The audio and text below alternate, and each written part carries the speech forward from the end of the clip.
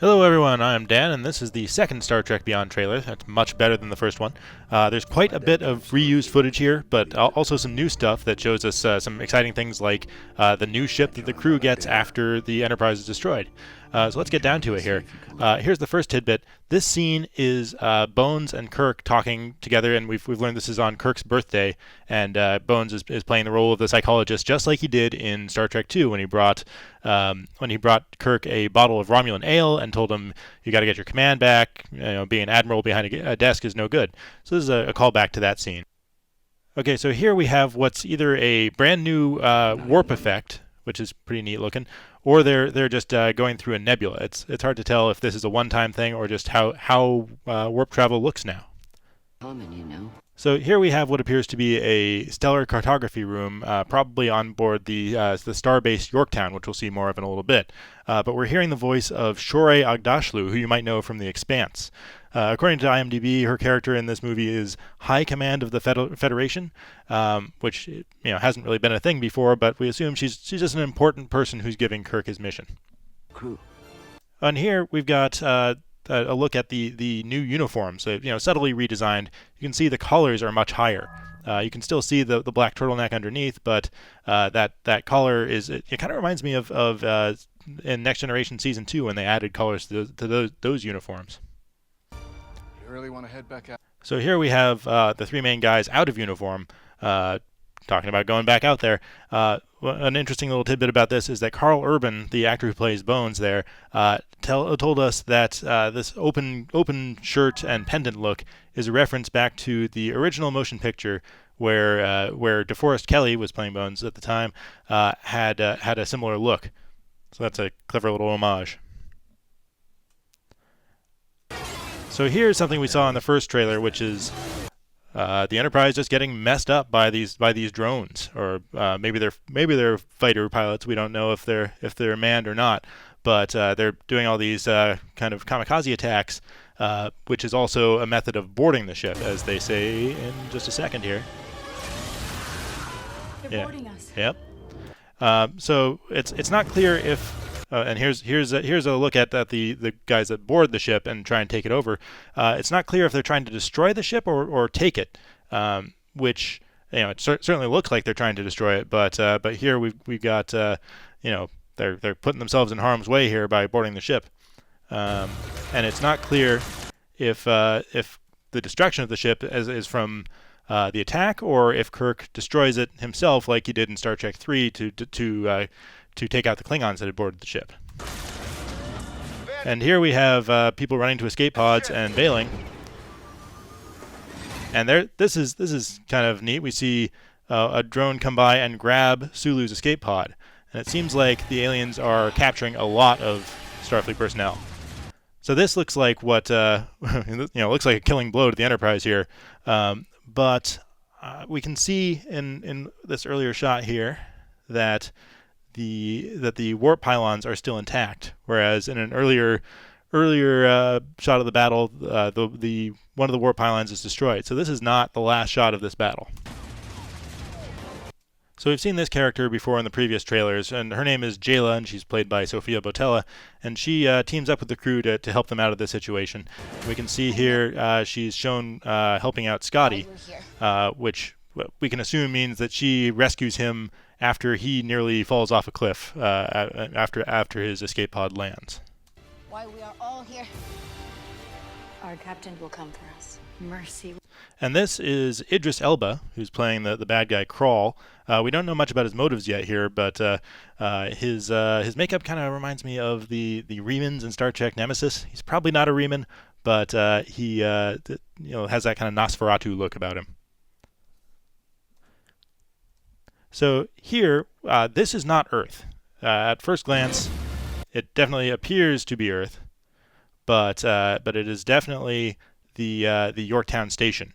And I know it doesn't look like a space station, but you'll see in just a little bit what the space station actually looks like from the outside, and that will give you an idea that this is the bad guys Crawl's ships attacking the place where the mission was launched from.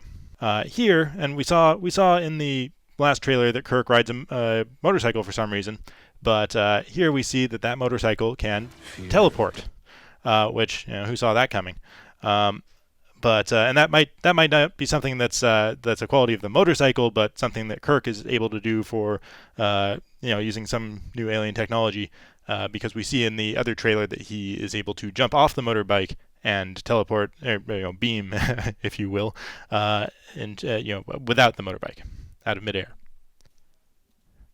Here's another shot of the Yorktown Station, which it's a sphere, so everything looks really out of whack. But we're going to see Kirk fall in a weird direction here. Looks like he's falling up because gravity is really weird in this place. Here's an interesting shot because it looks like Kirk and probably Spock. It's hard to tell who the other character is there because it's so dark. But what happened here is they jumped out of the wrecked saucer section through the viewport, which you think of as a screen, but apparently it's a window you can jump out through. And then they slide down the saucer section, returning fire here. What's interesting to me is this means either Kirk and Spock or whoever this is were on the saucer section as it crashed into the planet, because we didn't see either of them in escape pods. We saw McCoy in an escape pod. We saw Sulu and Chekhov get off that way, but they may have ridden this thing down. It also raises the question: if it's this intact, is it salvageable? We saw the secondary hull destroyed, but the primary hull, the saucer section, could still be recoverable, potentially. This looks like a prison camp where Sulu and other people who were snagged by the escape pod grabbing drones were taken, and they're looking like they're having a rough time. This is Krall actually on board the Enterprise, so he was there and managed to get off before it blew up, or maybe he rode down with Kirk and was the person chasing him off the bridge there. We will find out more about that. So this is a shot that is not on the Enterprise bridge, but it's on the bridge of what certainly appears to be a Federation starship.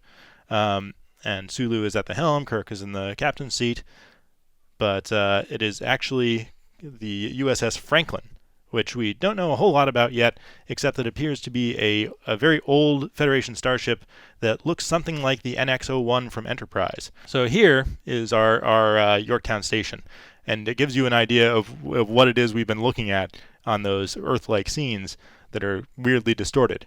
All those little structures in there are they're buildings basically, or support pylons, one or the other. It gives you more of an idea of what you've been looking at. And of course, here's the Franklin flying towards it, and that you can see from this angle, it's got the upturned warp pylons that make it look a lot like the NX-01. And this is Spock and McCoy rescuing Uhura and Sulu and some other crew members here.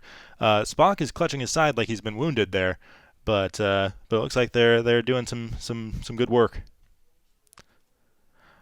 And this looks like the third act battle scene where we've got the Franklin here flying through this big swarm of ships, doing some damage here with phaser blasts, and somehow avoiding the same fate as the Enterprise.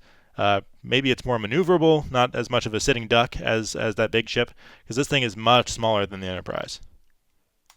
And here we get one more shot of the interior of the Franklin's bridge, where Jayla is stealing the captain's seat. And finally, to close it out, we have the Franklin launching off from whatever hidden spot it's been in all these years, off to save the day. So that's all we've got on the Star Trek Beyond trailer for now. For much more on all things Star Trek, stick with IGN.